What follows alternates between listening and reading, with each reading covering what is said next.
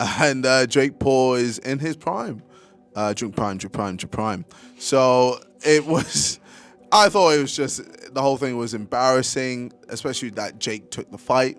But it's Jake. Jake doesn't give a shit. He has no shame. Boxing legend Mike Tyson faces controversy as KSI exposes Jake Paul's tactics of exploiting aging fighters and avoiding real challenges in the ring. Jeremiah Milton voiced his disbelief and frustration over the Jake Paul versus Mike Tyson fight, questioning how such a matchup was even approved given Tyson's age of 58. He criticized both the audience and organizers for ignoring the inherent risks involved, rejecting the notion that it being a charity event made it acceptable. Milton argued that the fight lacked any real justification and called out the dangers of promoting these types of spectacles purely for entertainment. I don't know what they'll happen after the pandemic. Did we wake up in a parallel universe, one of them slip pocket universes or some shit? Because how the hell did we even get this fight? And why wasn't it more people like saying, yo, maybe this isn't a good idea? You know what I'm saying? Mike Tyson at 58. Screw it. You know what I'm saying? Mike Tyson is Mike Tyson. He made his money. But I mean, look, we wasn't sold on no damn charity fight. Good feeling. Oh, well, Mike, you got back in the ring. Now, that's a man's life. You know what I'm saying? He dies up in there and everybody's looking like, oh, what the hell happened? But, you know, respect to Jake Paul for not teeing off on him. But then it just made for a very lackluster event, you know, because people didn't know how to feel. You could tell in the audience, you know what I'm saying? They were just looking like by round 4, people were like, holy shit, I just paid for this. Adi Oladipo criticizes the risks older boxers face in comebacks, emphasizing how diminished physical capabilities, like those seen in Mike Tyson's struggles, make them vulnerable to injury. He points out Tyson's difficulty walking to the ring and performing basic movements, stressing that such conditions make these fights particularly dangerous. Around in the sport longer than I've been born, so he knows better than I do about the dangers of the sport. But yet those dangers increase as fighters get older and can take less punishment. And Mike Tyson was a clear example of someone after the first minute we saw that he can't take the punishment. Mike Tyson tripped walking to the ring. His legs were that gone already. He tripped, you saw it. Andre Ward emphasizes that while Jake Paul has demonstrated strong marketing skills and the ability to sell tickets, this alone doesn't qualify him as the face of boxing. Ward asserts that to earn this title, Jake needs to face top-level opponents and repeatedly prove himself under challenging conditions. He respects Jake's promotional success, but insists that true boxing greatness comes from stepping into the fire time and again, something Jake has yet to do. Like Jake Paul calls himself the face of boxing. I can't give you that.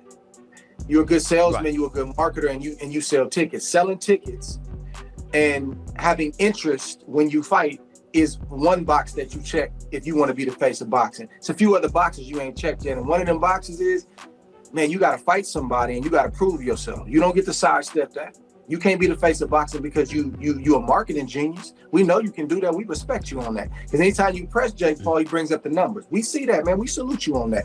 But if you want to really call yourself the face of boxing, bro, you got to get into the fire. Ain't no face of boxing. Ain't nobody that's considered the face of boxing ain't been to the fire time and time again. We've yet to see that with Jake. Right. So though we respect certain things, I can't give you that.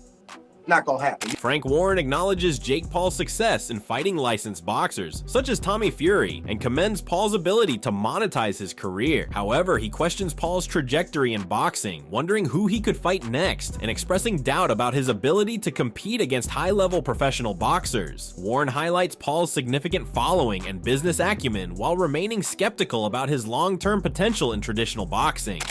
Does it do anything for Jake Paul? I've seen him talking about fighting real boxers again after the fight. Fighting who? Fighting real boxers again after the fight. He has fought in a couple of years and stuff. Well, that who knows what's going on, but he has fought real boxers. I mean, you've got to look at what he has done. I mean, you know, I'm talking about fighters at the level it was at, like for example with Tommy Fury. Tommy Fury is a licensed fighter. He is a licensed fighter. I mean, who's he going to fight? I don't know. I mean, who knows what he's going to do? One thing's for sure, he's got a tremendous following. He's got a tremendous, you know, he's monetized his appeal, and you know, that's what he's done, and I'm not going to knock him for that. KSI claimed that Jake Paul is willing to take fights only against opponents who are old, retired, unwell, or not professional boxers. He cited Paul's fight with 58-year-old Mike Tyson as an example, and mentioned that Paul's management has even expressed interest in arranging a fight with ISHO Speed, who has no boxing background. Jake doesn't give a shit. He has no shame. He's gonna just... I think he's looking to maybe even fight Speed. His manager Nikisa is there like, yeah, bro, if Speed's on it, we're down.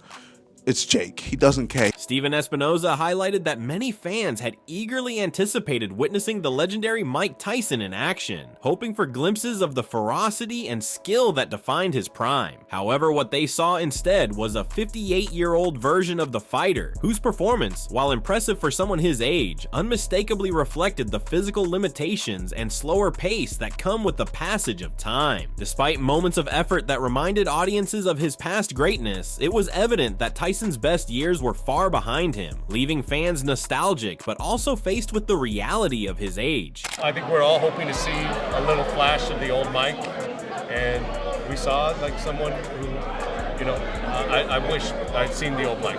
You know, not to take anything from Jake, but you know, Mike looks his age, and you know he should. Look, I take that back. He did a lot better than a lot of 58-year-olds would have done, but. You know. Jake Paul's business partner Nikisa dismissed criticisms of the event as short-sighted, asserting it was a historic milestone for boxing, drawing more viewers than any event in decades and rivaling the global impact of Muhammad Ali's era. He emphasized the event's broad appeal, showcasing diversity and inclusivity with a strong focus on elevating women's boxing. Amanda Serrano and Katie Taylor's performances not only captivated audiences, but also inspired a new generation of young girls to take up boxing, marking a pivotal moment for the sport's growth and representation. If you don't see how this was the greatest moment in boxing history for the past 20, 30 years, then you're not a brand builder and you're not someone who's focused on the growth of the sport long term, and you're stuck in this little small niche corner of sports called boxing that exists. More people got to witness this sport than they have since the days of Muhammad Ali. There was a card that offered something for every single type of consumer. And one of our biggest objectives, as you know, going in was to give women the platform that they deserved. And did Amanda Serrano and Katie deliver, or did they deliver? Mm-hmm. I mean, there's little girls I see videos of now putting on boxing gloves and saying, I'm going to be Katie Taylor, I'm going to be Amanda Serrano. Furthermore, KSI accused Jake Paul of being a scammer, claiming that Paul's career has hit a dead end because of his deceptive actions. According to KSI, Jake Paul not only misled his audience, but also managed to deceive a major platform like Netflix. He went on to criticize Jake Paul's promotional company, labeling it as a fraudulent operation with no real credibility or worth in the industry. KSI argued that the lack of integrity behind Paul's ventures undermines any potential for long-term success or genuine respect within the boxing and entertainment community. For me right now, I'm like, where can he go now? Where can he really go at this point? What has he got? He scammed Netflix. He scammed DAZN. He scammed Showtime. He scammed all these people. Where's he gonna go? MVP is fucking shit. Tim Bradley drew a sharp contrast between Jake Paul's profit-driven approach and traditional promoters like Turki Al-Sheikh. He praised Al-Sheikh for prioritizing fans by sacrificing financial gains to deliver authentic, high-quality matchups. In contrast, Bradley criticized Jake Paul for exploiting boxing under the pretense of supporting the sport, highlighting his self-serving focus on profit over genuine competition. Would you rather have Turki Al-Sheikh and what he's doing?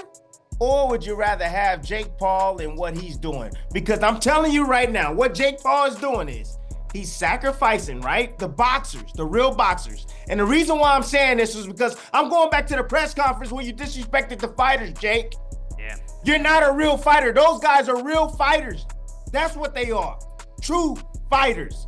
To the bone. Spencer Oliver discusses the challenges of older fighters attempting comebacks, highlighting Mike Tyson's physical decline, including difficulty walking and climbing stairs. He acknowledges the public's interest in seeing these fights, but insists they should remain exhibitions, not sanctioned matches. Oliver raises concerns about fighters passing medical checks despite being unfit, emphasizing the need for stricter regulations to protect their health. I was out there a week, mate, and he was struggling to get in and out of cars, trust me, walking upstairs, etc. Like, he's, you know, the bottom half of him has completely gone. But the problem we got here, Addy, is that if people want to pay to see it, and we've seen that with ex-fighters coming back in the past, we saw it with Roy Jones Jr., we've seen it with Mike Tyson, Evander Holyfield.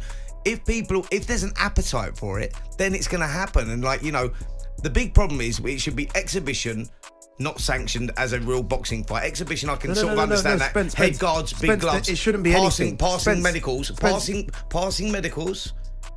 What I'm saying. Boxing promoter Eddie Hearn voiced strong criticism of the event, dismissing it as an influencer boxing freak show. While he admitted to watching a few rounds, Hearn found it difficult to witness a legend like Mike Tyson being outmatched by a younger fighter, further fueling the polarized opinions about the event. No, I watched a couple of rounds.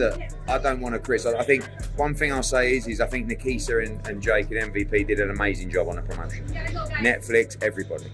What I saw, I hated to see it, and I knew I'd hate to see it, but congratulations to them, and on we go. Luke Thomas criticized Jake Paul's recurring strategy of choosing opponents who are either too old, inexperienced, or well past their prime, creating heavily one-sided matchups. While he acknowledged that fighters like Nate Diaz and Mike Perry brought some level of competitiveness, he felt the bout with Mike Tyson fell flat in delivering meaningful entertainment. Thomas argued that if Jake continues to stack the odds in his favor, he has a responsibility to ensure the fights remain engaging, something this matchup failed to accomplish. The entire system that he has set up for himself is that he is going to sandbag. He's going to take on guys who are either way too old, who never boxed and are also far outside of their athletic prime, or, you know, some kind of way to hedge where they have a celebrity factor to their name, but no real competitive ability, or at least no real competitive ability. Frank Warren expresses his belief that people in their late 50s, like Mike Tyson, should not participate in professional boxing or other physically demanding sports such as football or rugby. He emphasizes the physical limitations and risks at that age, stating that it's not reasonable or safe for older athletes to compete professionally in high-risk environments. People should be boxing in any shape or form. I don't think 58-year-old people should, you know, and I'm much older than that, but I don't think they should be playing professional football or rugby or whatever. Just, you know, it's not right, you know, anyone can tell you that, you know, anyone with half a brain knows that. So I don't know what you're expecting in the toughest of all sports. Furthermore, KSI slammed Jake Paul for fighting an old and withered Mike Tyson and said that he isn't a heavyweight and can't go up against Daniel Dubois. KSI said that Jake removed his foot off the gas while facing Mike Tyson, and he didn't want to knock out a legend, but he was exhausted by the end of the fight too. And then make himself look like he's the fucking best when he really is just a piece of shit. He said he's asked Nikisa to communicate with the Warrens about a Daniel Dubois fight. He's not going to fight Dubois. I mean, yeah. He's not even a heavyweight. Bro, he was gassed out fighting Mike Tyson, bro. I'm sorry, but like, yes, I know he probably took his foot off the gas because, you know, it's Mike Tyson. He doesn't want to knock out a legend, but we all know you're just full of shit.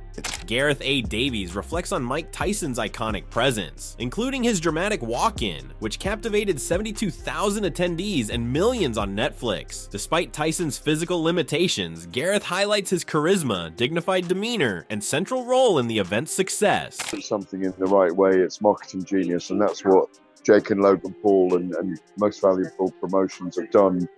Nikisa Badarian, they're very, very clever about what they do. I was out here all week, had time with Mike Tyson, which was amazing. It was a monumental moment. He seemed, in his interviews, he seemed a little bit like, you know, like the mindset of the old Mike was there. I mean, obviously that didn't happen in the ring, though. No, because his body couldn't respond to what he wanted. His mind wanted him to do in the end. He was dangerous for that first round. But I think he did well at his age to hang in there against a big, young, strong neophyte boxer.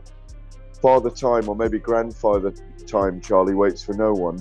Oscar De La Hoya didn't hold back when sharing his thoughts on the Mike Tyson versus Jake Paul fight, admitting he felt disgusted by Jake Paul for orchestrating the matchup. He criticized the decision to pit a 58-year-old Tyson against a much younger opponent, considering Tyson's legendary status and the obvious age disparity. Reflecting on his own struggles with a boxing comeback at 48, De La Hoya emphasized the immense physical toll on older fighters. While he expressed pride in Tyson's resilience, he condemned Jake Paul for exploiting the situation for entertainment. I felt, while watching it, I felt disgusted at Jake Paul for putting this together, knowing that Tyson was 58 years old. See, I'm a fighter myself, and I once tried coming back at 48 years old, and my body just shut down. So when you're gonna fight a 28-year-old like Jake Paul against Tyson, who is a legend, he's a national treasure, a world treasure, I felt a little disgusted. Not on Mike Tyson. I feel bad for Tyson, but you know what? I'm proud of Tyson. But Jake Paul, hey, if you want to fight Zurdo right now, let's do it, and he will knock you out. Paulie Malignaggi criticizes Jake Paul's performance against Mike Tyson, describing it as a regression in his boxing skills. He highlights that Jake fought fearfully, failing to commit to his punches and appearing worse than in previous fights like his bout with Tommy Fury. Malignaggi expresses disappointment, noting that Jake's lack of improvement shows he isn't taking boxing seriously and suggests he should focus solely on promotions rather than fighting. That I'd like to see. Honestly, Jake fighting? Bro, I've been a guy who's defended him more than others, bro. But Saturday, he was very, very disappointing. I picked him to win, and he's won, but the only reason he won is because Mike was basically log-jammed into the ground, bro. He couldn't move to chase him down. No balance, no legs. Couldn't get to him. And that was bad, bro. If you're fighting scared shitless of a 58-year-old man who was on his deathbed 5 months ago, and you're... Look what he was non-committal to his punches. He was like, again, you can carry somebody, you can halfway commit and stay right there. Now, Jake was throwing punches and jumping 40 feet back because he was so scared of what was coming back. That's not carrying somebody, guys. He can convince you morons, but people that have done it, we know how to carry somebody and not carry. Jake isn't good enough to carry anybody. But Jake honestly got worse. And that's disappointing to me, because he's not actually committing himself to boxing. Gareth A. Davies discusses the moral ambiguity of seeing 58-year-old Mike Tyson fight, expressing discomfort with the punches Tyson endured, but acknowledging the compelling appeal of witnessing his legacy in action. He highlights the mix of emotions as fans came to see Tyson possibly knock out Jake Paul, underscoring Tyson's enduring draw. Sometimes just wasn't sure. I just didn't like Mike fighting. Well, there were elements of feeling morally ambiguous about exploiting 58-year-old Mike Tyson in a certain way, but he got paid very well. I didn't like him taking the 78 punches that he took during the fight. I mean, that's sort of why we saw 14-ounce gloves, 2-minute rounds, right? I had a little suspicion that Jake didn't actually lay him out. There's a part of you that doesn't want to see it, but there's a part of you that's compelled to want to watch Mike Tyson in action again. And that's what those people came for, to see if Mike Tyson could knock out Jake Paul, who's the ultimate villain, the heel. So it was, as you say, the numbers show how successful it was. The numbers have elevated Jake Paul. I got to speak to both brothers afterwards. KSI elaborated further, stating that Jake Paul has burned so many bridges through his deceptive practices that no one in the industry would be willing to collaborate or do business with him anymore. KSI asserted that Paul has cornered himself, leaving no avenue for progress or redemption. After misleading so many people, KSI believes that Paul has reached a ceiling in his career and is now facing an inevitable downfall, unable to climb higher and destined to lose the position he once held. And I don't think anyone's going to want to do business with him. And I feel like the audience don't give a shit about him, and they're not going to fall for his stupid bullshit anymore. Spencer Farron speculated that Jake Paul might have taken a more cautious approach with Mike Tyson during their fight, suggesting that if Jake had been more aggressive, the outcome could have been different. He noted Tyson's evident decline, such as wearing a knee brace and struggling during training, which contrasted with the fighter Tyson had been 4 years ago when he faced Roy Jones Jr. But what I think it was is more to the fact, like, Jake Paul carried Mike Tyson. You know what I mean? Because I think, like, if he'd have stuck it on him, which he could have done, then it would have been totally different. And, like, what was it 4 years ago that him and Roy Jones, right? Mike Tyson and Roy Jones, 4 years ago, that Tyson was a lot more sharper, a lot more tenacious, right? You know what I mean? When I see you walking out, you got a knee brace on, and there was times where I was seeing Mike Tyson, even in the workouts and all the rest of what he was doing, and I could see that he was old. He was old. You know what I mean? So I don't think it was scripted to the fact of like, they went through the fight, you're gonna throw this right hand and then. No, I think it was scripted to the fact of like, you know what? I'm not going to knock out a legend, right? Yeah. And like, so people really think that I'm a piss taker because there's times to me that Jake Paul carried him, right? That's what it looked like to me. Adeola Depot highlights the dangers of retired boxers making comebacks, contrasting it with less harmful sports like football or tennis. He cites Mike Tyson's physical struggles during his return as evidence of the heightened risks, emphasizing boxing's potential for serious injuries in aging fighters. Has just been on. Jim, it's not like the Wild Wild West. Legally, you cannot stop this from happening, no more than you can stop ex-footballers, tennis players, etc., playing in old guys tournaments. No, look, Frank's correct in that, but I guess the biggest difference is that these old footballers and tennis players aren't hurting each other. I mean, they're not going in there trying to, damage brain cells and hurt you to the body. I think that's the difference with boxing. That's why I've always had an issue with it, just because of the dangers of it. Jim White challenged Jake Paul to prove his legitimacy in the boxing world by either returning to his YouTube roots or stepping into the ring with a credible, age-appropriate professional boxer. White openly questioned whether Paul's efforts truly benefit the sport, expressing skepticism about his overall impact. During their exchange, White referred to Paul as a boxer, prompting Paul to respond with surprise, acknowledging the ongoing debate surrounding his status in the boxing community. Age is going 8 2-minute rounds. Yeah. So, what is it? Yeah, exactly. Long gone are the days when you used to work with Mike Tyson, Frank. As Simon rightly says, he's still a draw. Of course he is. Dave Coldwell described the fight as a challenging night for Mike Tyson, noting how his early burst of energy dwindled within the first 30 seconds. He observed that Tyson's mobility and stamina significantly declined after the second round, making it hard for him to maintain his pace. He pointed out that Tyson remained mostly stationary in the center of the ring, unable to move with his usual agility. Coldwell found the situation disheartening, emphasizing the evident decline in Tyson's performance. Then, it was always going to be a very, very difficult night for Mike Tyson. And after the first 30 seconds, minute, you saw that it just got gradually, well, not gradually, rapidly. After the second round, you can see that the little bright sparks had completely diminished, and it just looked like it was hard work for him for the course of the fight. And Jake Paul did what he had to do. He was smart. He was not taking too many chances, and it just looked like, for the majority of the fight, from my point of view and what I've seen, is that Tyson was just stood center of the ring and really couldn't really move. It was sad. It was so sad to see. Former boxer Roy Jones Jr. defended Mike Tyson's capability to compete at his age, successfully going a full 8 rounds against Jake Paul. While critics warned against Tyson facing a younger opponent, Jones commended his resilience and performance in the ring. First of all, my hat goes off to him for going 8 rounds with anybody. Absolutely. Period. You understand me? I mean, a 58-year-old going 8 rounds, I don't care if they're 2 minutes, 3 minutes.